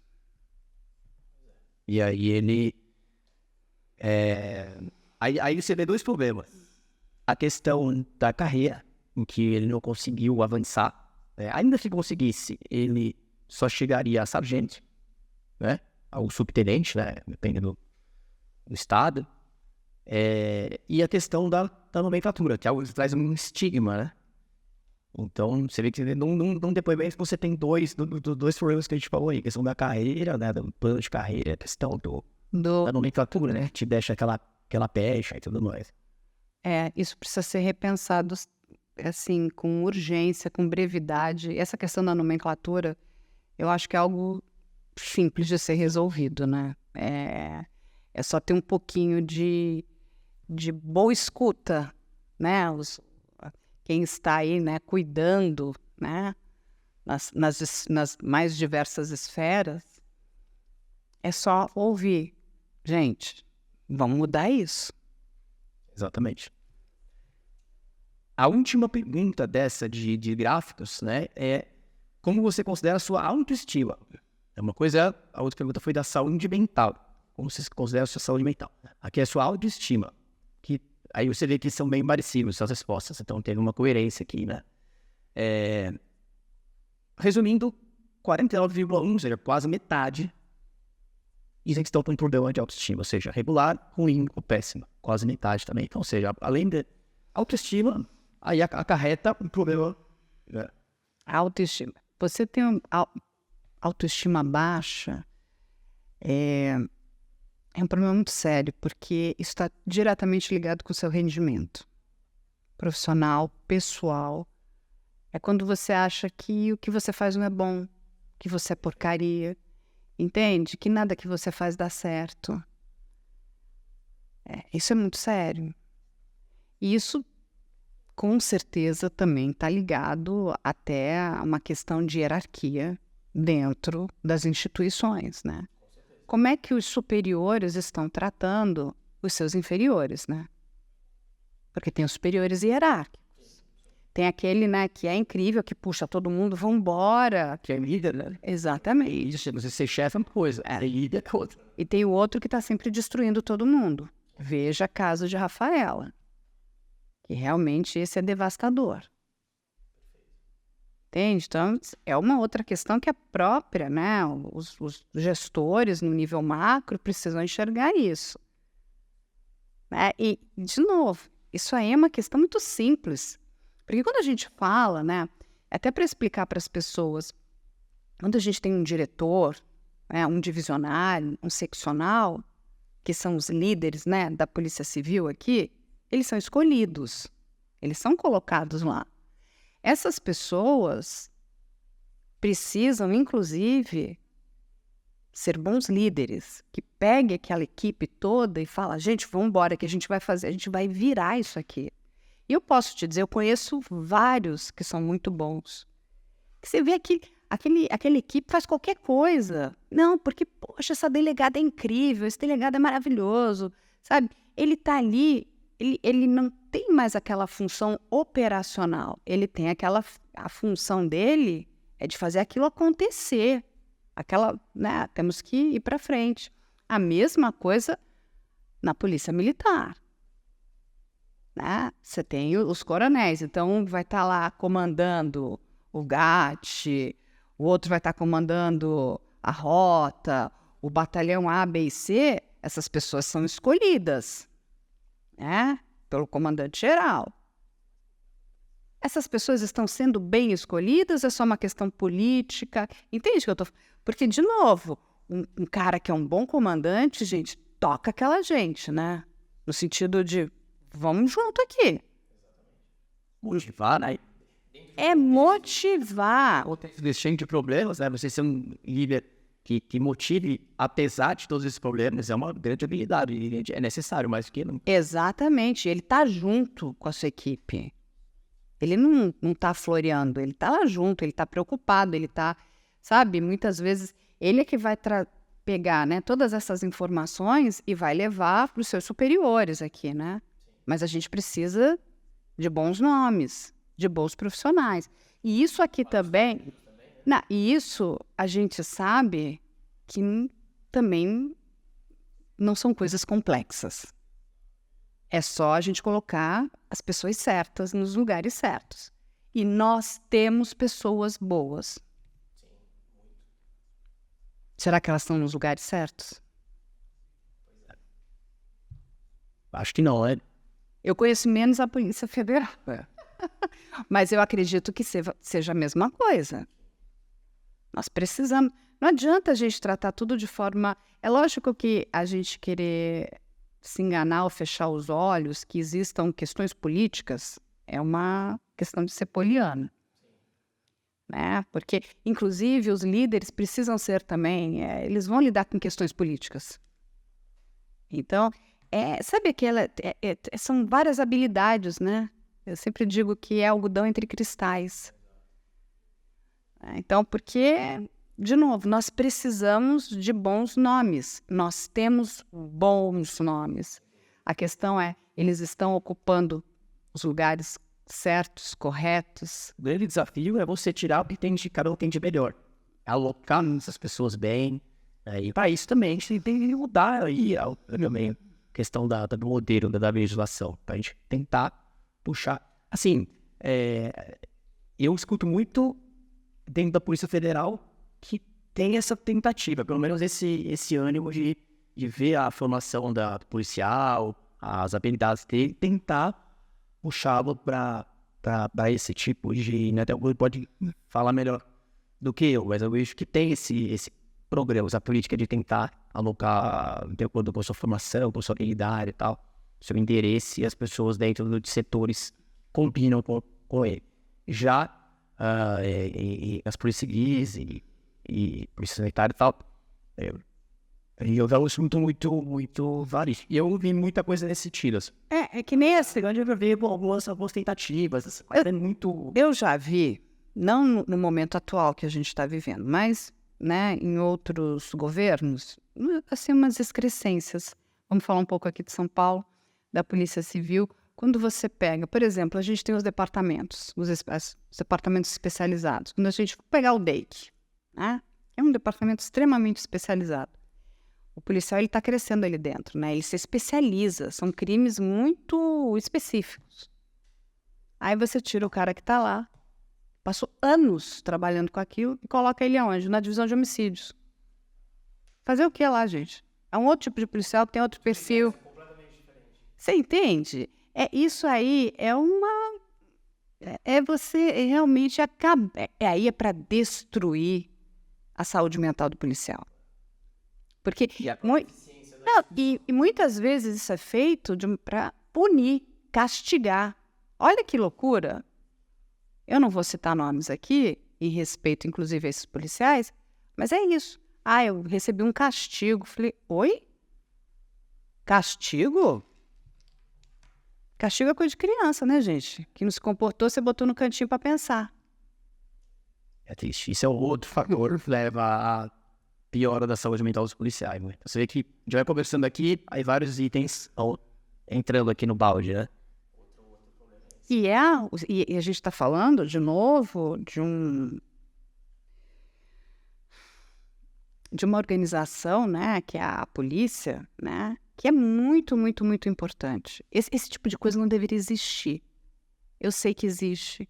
Também, de novo, querer ser poliana, achar que isso vai acabar. Não, não vai. Mas a gente precisa trazer a sociedade, a imprensa, né? A gente precisa mostrar isso que está acontecendo de forma séria, né? E não é aqui para punir ninguém ou fazer, né? Vamos fazer a inquisição de nomes, não é nada disso. Mas é mostrar, isso precisa ser mudado, isso precisa ser modernizado. As informações que vocês trazem são coisas que aqui muito simples. Vamos modernizar, vamos trazer bons profissionais para cuidar da saúde mental dos nossos policiais. Vamos ouvi-los, né? Vamos diminuir, sabe? Vamos tentar acabar com essa cultura do machismo, né? Porque um ambiente onde, sabe, tem homens e mulheres, eles se complementam. Entende? Sabe, um vai ajudar o outro, não é uma... Sabe, a gente precisa acabar com tudo isso. Então, são muitas culturas ruins que precisam ser mudadas. Exato. E se nós não fizermos nada, esses números só vão aumentar. Infelizmente, quem vai sofrer é a sociedade. Sem dúvida. É a sociedade. Não tem, assim, nós não estamos falando aqui de uma área, desculpa, que pode ser negligenciada. É o que você acabou de falar, o policial, ele anda armado, com sérios problemas de saúde mental, sabe lá o que ele vai fazer, né? Tem uma arma na mão. Ele tem a posse e o porte de arma. Sem dúvida. Se ele está em desequilíbrio, e o número é muito alto. Basicamente, as polícias, elas garantem o Estado democrático de direito. Sim. É o básico. Deixa eu lhe fazer uma pergunta. Essa pesquisa está muito bem feita. Eu acredito até que vocês vão continuar, né, com esse trabalho. Mas com as informações que vocês já colheram até agora, o que é a intenção de vocês, do Instituto? A nossa intenção é dar visibilidade para isso. Tá. E influenciar no debate público. Tá. E influenciar no parlamento e... Isso foi entregue para os secretários de segurança? A gente está nessa fase agora de divulgação, né? Então, acho que aqui, a nossa presença aqui, acho que vai ajudar Tem muito. a gente a funcionar isso, né? E a gente tem, sim, o interesse em alavancar nosso instituto para isso chegar o mais longe possível e a gente começar a ter voz ativa, né? Como outros institutos têm, que existem, né? Que fazem trabalhos parecidos, né? Centro de pesquisa e tudo mais, como o Fórum Brasileiro de Segurança Pública, Instituto da Paz, tudo mais. Tem até um instituto muito interessante, né? Que é onde eles estão, inclusive, trabalhando agora o Estatuto da Vítima, que é o pró-vítima também. Porque o policial, nesse caso, é vítima. Sim. Perfeito. Ele é vítima. Exato. E, inclusive, aqui, né, a gente fez uma pergunta em que o policial ele poderia selecionar quantas opções aqui ele desejasse, né, como causas dos problemas psicológicos dos policiais. Tem uma lista de pontos e aí os policiais podiam tirar, né, os pontos que eles entendem como causas, né? Aí eu marquei aqui os maiores. O número de policiais Conta pra gente. colocaram mais, né? Mais de 50%, digamos assim. Então, ó, mais de 57,4% dos policiais que responderam colocaram jornada de trabalho excessiva. 71,6% colocaram também risco de sofrer punições pelo exercício do dever legal, processo administrativo, etc. 72,6% falta de perspectiva em melhorar as condições de trabalho. 65,6% medo de ser punido injustamente pela instituição. 62,3% sensação de impunidade pelo Poder Judiciário. 54% cobrança excessiva pelos órgãos de controle, corregedoria, MP, Judiciário. 74,5% remuneração insuficiente. 59,2% plano de carreira ruim sem perspectiva de ascensão por mérito. 49,9%, 50% excesso de burocracia e pouca solução de crimes. Ou seja, o policial...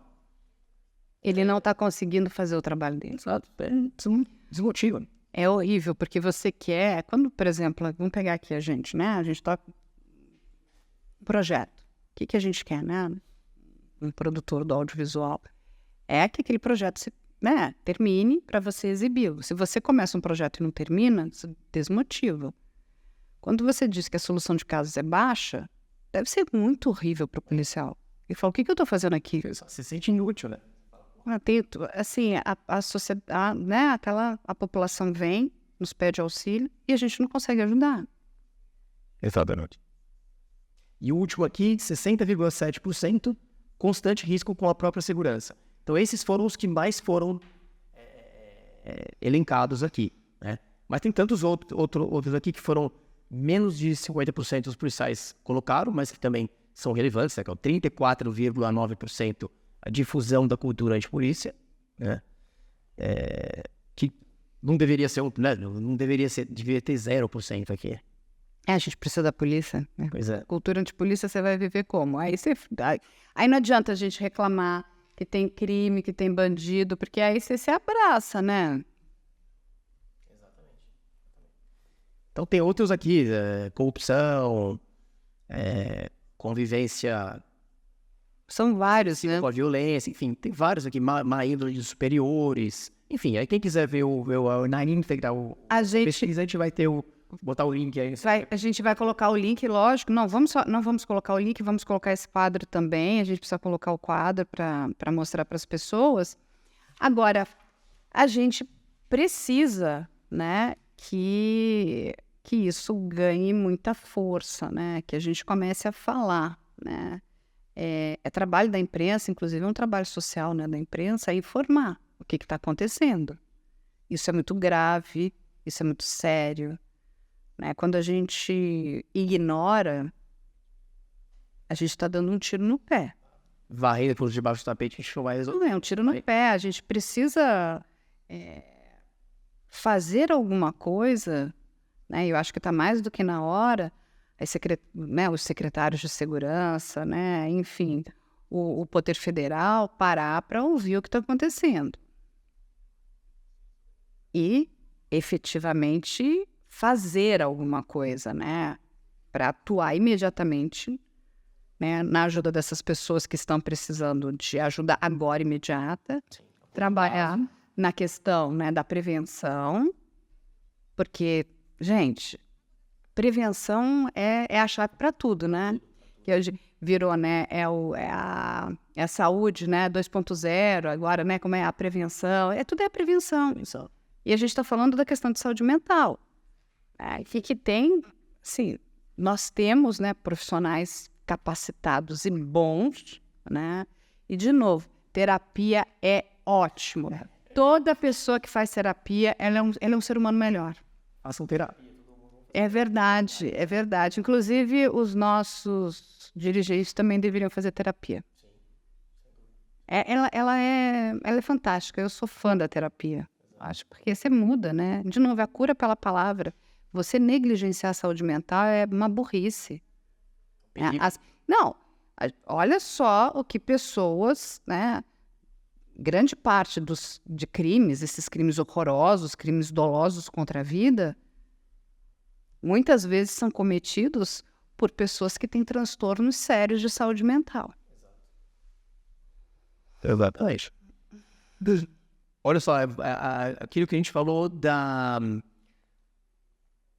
expectativa, né, do concurseiro. Você considera que suas atividades diárias correspondem ao que você imaginava que seriam quando prestou o concurso para o seu cargo? Aí, olha só. Somente 8% falaram que é exatamente igual à minha expectativa. Eu faço exatamente aquilo que eu tinha como expectativa. 8% só. 51% parcialmente, ou mais da metade, parcialmente parecida com a minha expectativa. E 40,7% muito diferente das minhas expectativas. Ou seja, o cara entra na polícia com uma ideia, quando o cara chega lá e fala, não tem nada a ver com o que eu esperava. Achava que a polícia era outra coisa. Isso é um sintoma, tem alguma coisa errada. Sim, muito errado. Né? Muito errado. Muito errado. É um número, assim, assustador. Então, assim, isso aqui não me chamou muita atenção, porque eu já esperava mais ou menos isso. Mas quando você vê, realmente, caramba, é exatamente isso. E aí, depois vocês têm outros dados, é isso? Aí tem outros dados por recortes, né? Então, por polícia. Então, tudo isso aqui dividido por polícia. Né? Ótimo. Então, por exemplo, aqui, rapidamente, só para você ver a diferença que tem entre as instituições. Porque tem diferença. A gente não pode colocar também tudo no mesmo bolo. Tá. Né? Então, quando você divide por polícia, você vê que tem diferença. Então, por exemplo, sua instituição possui algum tipo de apoio psicológico ou de saúde mental, aquela pergunta geral agora, dividida por polícia. Aqui menos tem, guarda municipal, sim. Então, sua instituição possui algum tipo de apoio psicológico, guarda municipal, 29,1% sim. Aqui mais tem apoio psicológico, PRF, Polícia Rodoviária Federal, 88,5%. Responderam que sim, que tem apoio psicológico. Você vê que a PRF está indo na frente aqui. Você apresenta ou trabalha com algum colega que apresenta sinais de problemas psicológicos ou psiquiátricos, aí aqui, olha só. Polícia Civil, as polícias civis, 81,5% sim. A Polícia Penal, que a gente falou, qual insalubre é a atividade da Polícia Penal? 88,3% falaram que sim. E a Polícia Federal, 86,7% sim. Aí a mais saudável, né? PRF. Só 71%. Que também é alto, é altíssimo. Só é ótimo, né? É super alto. Polícia Militar, 75%, enfim. Aqui, lógico, eu não falei de todas, eu falei só das mais, que estão melhores, que as que estão piores, né? Mas você vê, a PRF, apesar de tudo, é a melhor que tem. Se você ou algum colega precisar de ajuda psicológica hoje, você sabe como proceder? A PRF, 52,6% diz que sim. Nas polícias civis, 32% só. Ou seja, Federal, 35%. Tem inclusive uma discrepância muito grande. Pois é. A Guarda Municipal também, só 37% falando que sim. Então aqui você vê PRF também na melhor situação. Você tem receio de sofrer violência por parte de colegas que possuem problemas psicológicos? Polícia Civil, 74,4% que sim. Guarda Municipal, 70,3% sim. Polícia Penal, 74,6%, pouquinho mais do que a Polícia Civil. A Polícia Penal aqui, complicado também. E aí a PRF, 66%. Então é a que menos tem. Muita gente tem receio, mas é a que menos tem receio. Exato. Quando você vê o recorte por polícia, você começa a entender também as diferenças. Entendi. E aí, toda essa pesquisa, agora, que está compilada, e é um começo, eu acho até que vocês devem continuar fazendo a pesquisa, mas isso tudo vai ser repassado agora para as secretarias, é isso? Sim, o que a gente pretende. Tá. E depois disso, o que o Instituto pretende fazer? Porque Você tem a fase, né? A fase da pesquisa, aí você tem a fase de buscar, né? Informar, né? Os gestores. E aí? E depois disso?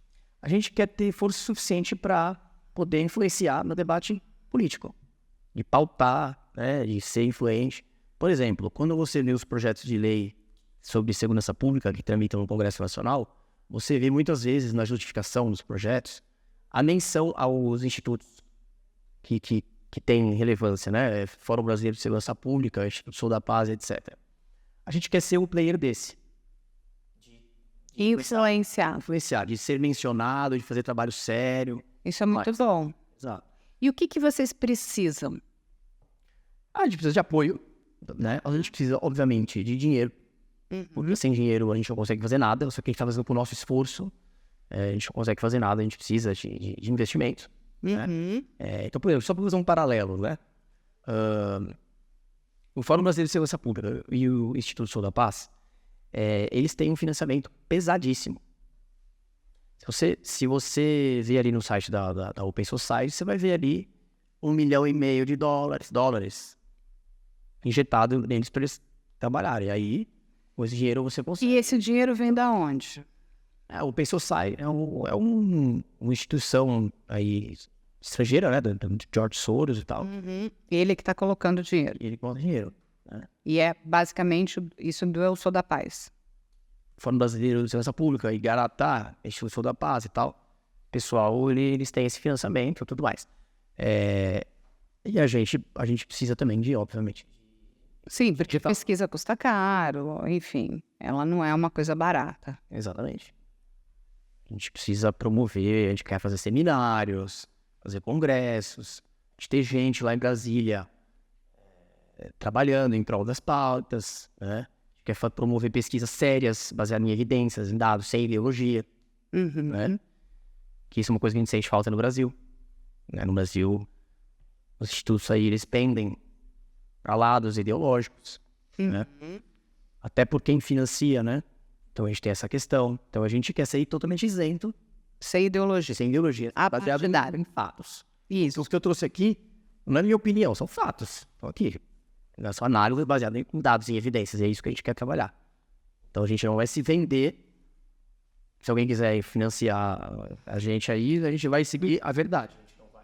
Mas é um começo, né? É um começo. E hoje, Lúcio, quantas pessoas tem no Instituto?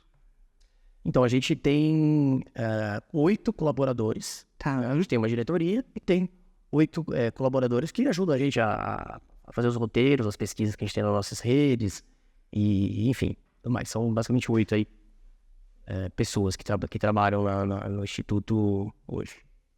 Tá, muito bom. E a ideia também é crescer o número de pessoas que está trabalhando ali no Instituto. Exatamente. E deixa eu te fazer uma pergunta. O Instituto aceita voluntários? Com certeza. Então, isso também é legal a gente aqui, né, disseminar essa informação. Com certeza. Então, nossas redes sociais, né, Instagram, por exemplo, nisp.br, tem o site também, www.nisp.br.org. A gente vai colocar aqui também para ficar o link, né, vamos fazer bastante chamada, vamos colocar no portal de notícias também, o link para divulgar. Não, eu acho que todo mundo fazendo um pouco, né, a gente se ajuda, né, é importante. Esse instituto é muito importante porque vocês estão preocupados aí com uma questão que eu acho que é muito cara para a sociedade, que é a saúde mental desses profissionais que nós precisamos tanto, né, isso precisa entrar num debate a nível grande mesmo, né, nós precisamos falar sobre isso, nós precisamos ajudar, esses profissionais estão pedindo socorro.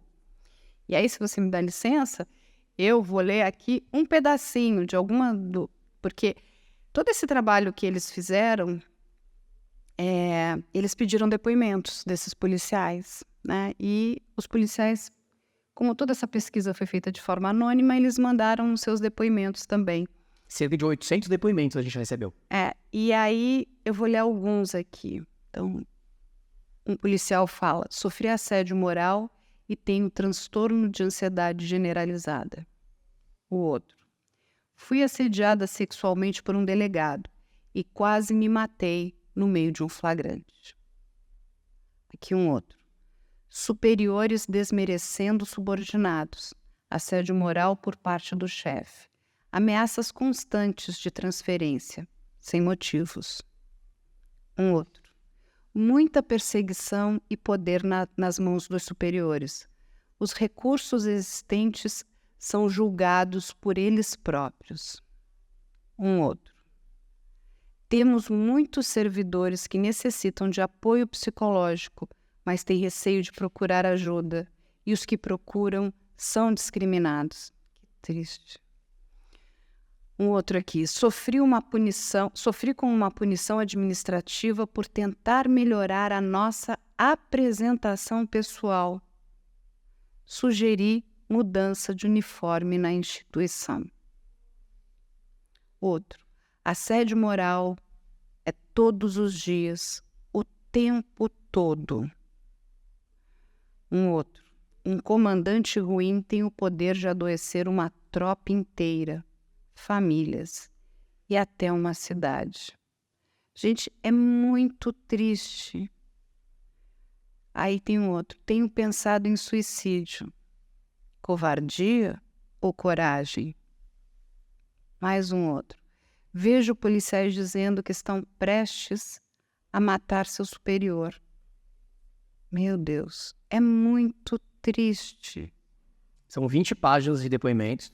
Muito triste. Eu acho que assim, a gente vai deixar o link para que as pessoas possam ter acesso a esses depoimentos, que elas possam ler. Isso aqui são pedidos de socorro. Do mesmo jeito que a gente pede socorro para a polícia está pedindo socorro.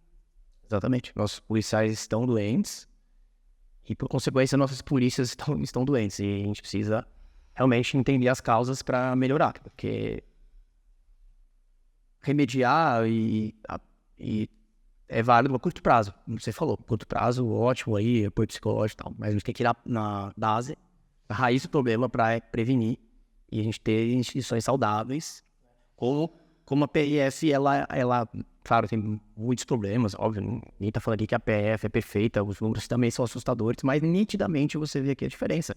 Como, por exemplo, aquela pergunta, né? Você acredita que a estrutura da carreira policial de sua instituição e sua relação com os superiores é prejudicial para a sua saúde mental? Aí, Polícia Civil e Polícia Federal, extremamente alto, né? 83,5% Polícia Civil e 86,7% Polícia Federal. Ou seja, olha só, os policiais federais reclamando muito mais da estrutura da carreira e da relação com os superiores, até mais do que a Polícia Civil, altíssimo índice. E a PRF cai para metade, 46,9%, porque a PRF é aquela coisa da carreira única. Todo mundo sai do mesmo lugar, o cara que está lá em cima, ele já esteve lá embaixo. Então ele tem uma empatia, é um corpo só, é uma unidade, não são castas. Então isso traz uma saúde da PRF maior do que as outras instituições. Só que é um fato, não é a minha opinião aqui, é uma coisa meio que a gente já deduzia, mas que agora está aqui transformada em dados, baseado em evidências. A gente vai colocar todos esses dados, Lúcio, e mais ainda, eu me coloco aqui à disposição de ajudar também, no que a gente puder ajudar, né? As portas estão abertas. Eu quero dizer que todos esses policiais são nossos amigos, né? Então a gente, homens e mulheres, a gente preza pela saúde mental deles, né? Eles são muito importantes para a gente, né? Se sintam aí acolhidos. Eu posso dizer aqui, a gente faz um trabalho muito grande, né? A gente conhece bastante, muitos deles, né? E a gente vai ajudar também. Eu faço questão de ajudar, eu faço questão de estar junto com vocês e a gente precisa mudar esses números. Eu quero que a próxima pesquisa que vocês fizerem, que esse número diminua, né? E não seja como o número do feminicídio no Brasil, que só faz crescer, né? A gente agradece muito a oportunidade de estar aqui, esse espaço maravilhoso. Vocês são grandes, né, nas redes sociais e tudo mais, vocês têm relevância, e é essa relevância que a gente... Não, pode contar com a gente. Porque a gente realmente quer fazer um trabalho sério, e a gente quer... E mais do que isso, situação. Vamos trazer, né, mais pessoas para ajudar também, né? Pessoas que estão fora, né, da área governamental aí, né? Eu acho que Temos aí ótimos psicólogos também que acho que podem estar trabalhando junto, ajudando, né, a pensar, né, ajudar vocês como conduzir, né, a trazer ideias de boas políticas públicas, né, para essa carreira, né, para esses policiais, que eu acho que isso é muito importante. Aí eu vou pedir para você falar de novo as redes sociais do Instituto. Maravilha. Bom, NISP, né, Novas Ideias em Segurança Pública. Então, no nosso Instagram, que seria hoje a nossa principal rede, né, nós estamos começando agora, então estamos engatinhando ainda. NISP-BR no Instagram, site www.nispbr.org. E temos também, se procurar NISP ali no Facebook, no TikTok, no Twitter, a gente tem. Não, e a gente vai colocar, eu tô com a Mayara aqui, Mayara, a gente vai dar um gás pesado para eles lá, vamos ajudar eles no portal de notícias também. A gente vai colocar essas notícias que incomodam, né, os nossos dirigentes aí, mas a gente às vezes tem que incomodar um pouco, não é? Porque é incomodar no sentido, tipo, vamos se mexer, né? Tá todo mundo acomodadinho, a gente tem que dar uma incomodada, né? Pra gente se mexer, para que as coisas aconteçam. Quais são as perguntas, Mayara, para o Lúcio? Nós temos uma pergunta da Jaqueline Rodrigues que diz: existe algum teste ou algum procedimento que é obrigatório que as instituições apliquem para avaliar a qualidade dos serviços dos policiais? Olha, eu posso falar, assim, na instituição que eu vi, né, a Polícia Civil de São Paulo, tem as correições, né, a cada 6 meses tem as famosas correições para aferir ali o andamento dos procedimentos investigatórios, dos inquéritos e tudo mais. Acredito eu que os outros estados também devam ter, acredito eu que a Polícia Federal deva ter, para te efetivar, né? Então, tem a avaliação durante o estágio probatório do policial para ele ser efetivado, ele passa por uma avaliação e tal. Mas, não sei se isso é o suficiente, né? Para a gente realmente aferir a qualidade do serviço, a eficiência do serviço policial, né? Mas existem esses 2 instrumentos. Muito bom. Tem outra?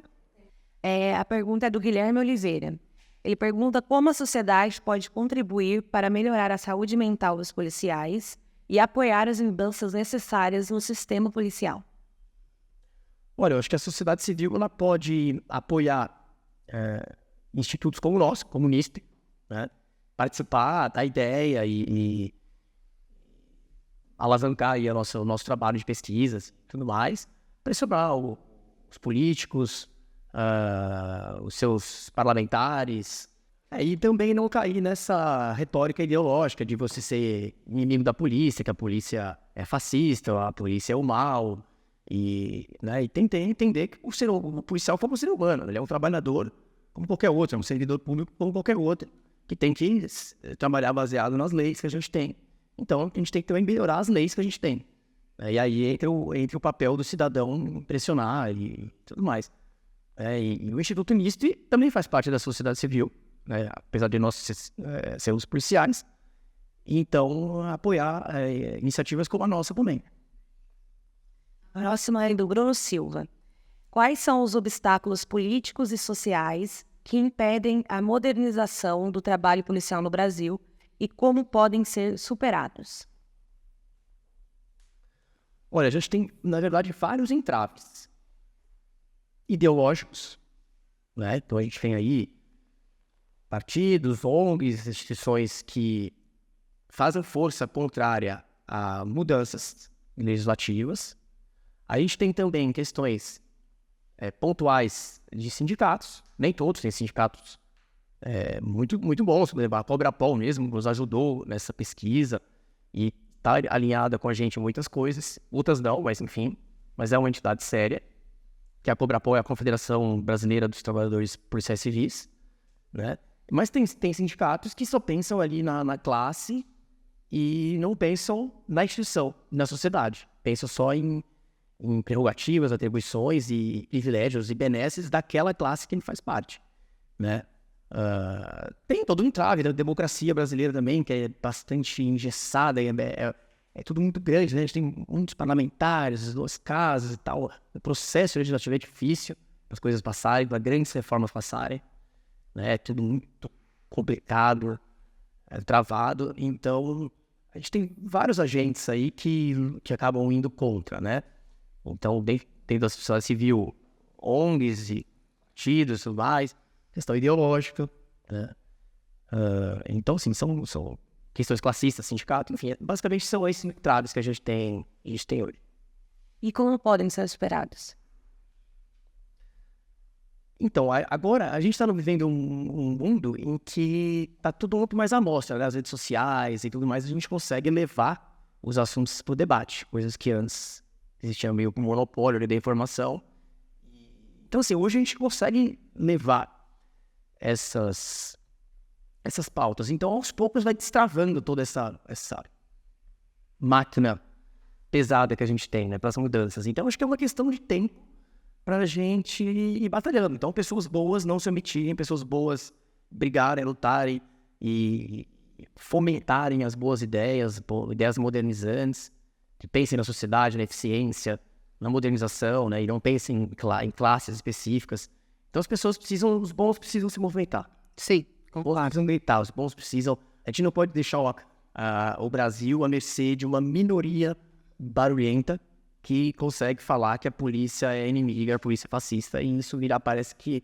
Não, isso não é verdade. Mas não é, a gente sabe que não é uma maioria, é uma minoria. Aí eu posso dizer, né, eu tô junto com a polícia já há muitos anos. A polícia, ela faz parte da sociedade. A polícia, ela quer estar junto com a sociedade. Essa é uma ideia errada, essa é uma ideia que deve ter sido, né, disseminada, implantada pelo crime, né? Então, de novo, não caio nessa fake news, isso é uma fake news. A Mariana Gonçalves quer saber o que as autoridades e instituições estão fazendo para lidar com o assédio moral e sexual relatado por alguns policiais, principalmente entre as policiais femininas, como o caso da escrivã Rafaela Drummond. Olha, assim, eu não sei o que os políticos, o que os gestores do Estado estão fazendo. Eu acredito que, por isso, esse fato da Rafaela e outros terem ganhado bastante mídia, eu acredito que essa discussão, ela chegou em muitos estados, né? Houve aí punições já, né? Tudo mais, mas até hoje, né, Carla? Acho que Foi hoje, né? O delegado foi indiciado. O delegado foi indiciado, né? É muito bom, a gente espera que não acabe em pizza, né? Que se realmente... Porque o que aconteceu com essa moça foi gravíssimo. Exato. Eu entrevistei o pai dela, é de cortar o coração. Sim, assim, essa pergunta teria ser feita mais para quem está aí nos cargos políticos e tudo mais, né? Mas eu acredito que sim, que isso aí teve, sim, uma repercussão. E essa repercussão, com certeza, sempre traz discussão e talvez desincentive, né, os assediadores a segurar um pouquinho a onda aí, né? Porque a coisa tá forte, ó, que esse espaço aqui para falar disso. Isso aqui vai chegar a muita gente. Então, quem é assediador, acho que vai começar a pensar 2 vezes, porque os holofotes estão neles agora. Só que a gente não precisa deixar isso morrer. Né? A morte da Rafaela não pode ser em vão. A gente tem que continuar trabalhando para mudar a realidade. E que a longo prazo, a gente não vai mudar isso de um dia para o outro, então acho que a gente tem que continuar trabalhando firme, e a gente depende das pessoas boas para cobrar, para fiscalizar os votos dos seus parlamentares, dos seus políticos, e defender ideias que a gente aprimore um modelo de segurança pública que hoje está parado no século XIX. Nem no século XX a gente está. É verdade, um modelo de segurança pública do século XIX. Isso eu não tenho medo nenhum de falar, porque...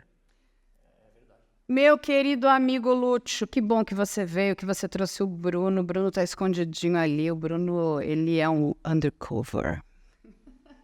E aqui nos bastidores. Exatamente. Mas ele está aqui junto. E vamos fazer parte aí, vamos trazer mais gente aí para fazer parte desse instituto que é bacana, né? Vamos divulgar bastante o instituto, divulgar as informações, vamos ajudar os nossos policiais. E, de novo, eu aqui, né, eu acho que eu posso falar em nome de muitas pessoas, a gente agradece o trabalho da polícia. A gente precisa da polícia, eu sou muito grata.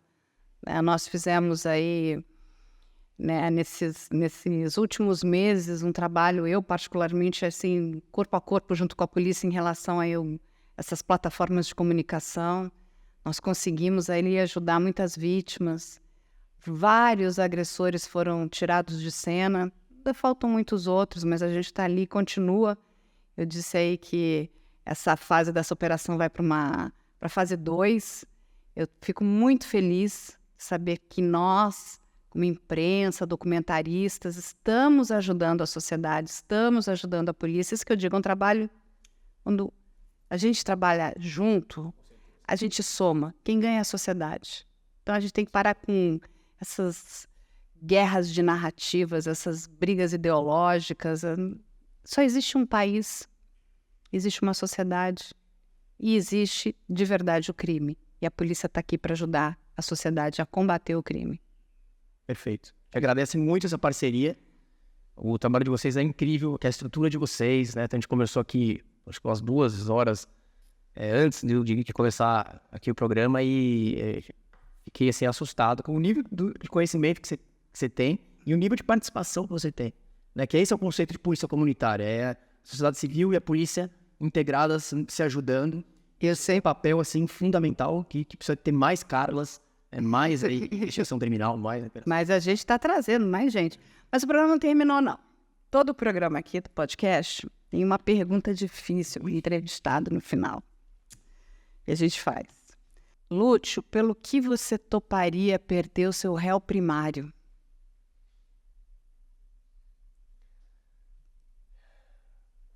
Olha, que pergunta, hein? Pergunta.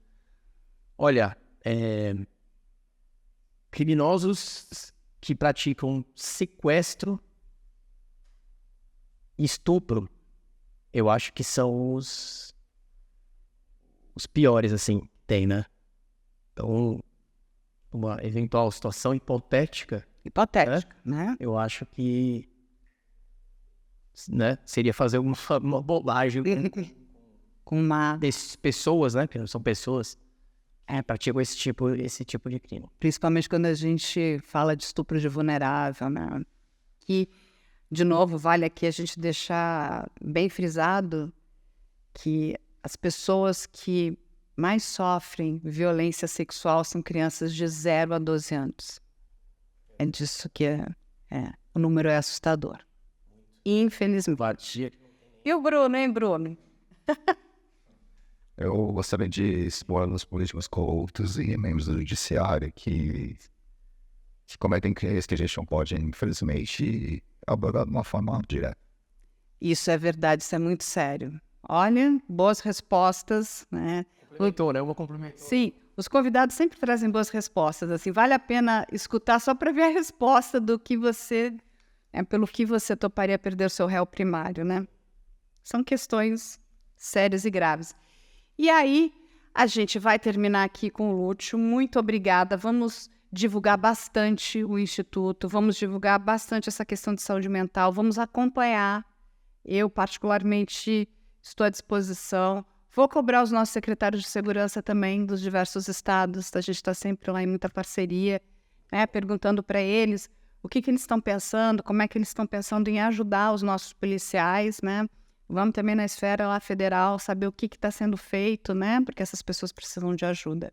Lúcio, muito obrigada. E a gente espera todos no próximo podcast. Enquanto a gente encerra aqui, o Lúcio ganhou aqui uma incumbência de deixar aqui uma frase para a gente. Uai.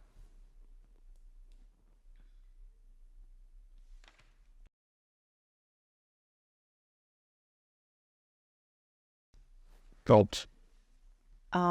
Não, muito bom, não desistamos do bem. Muito obrigada, gente.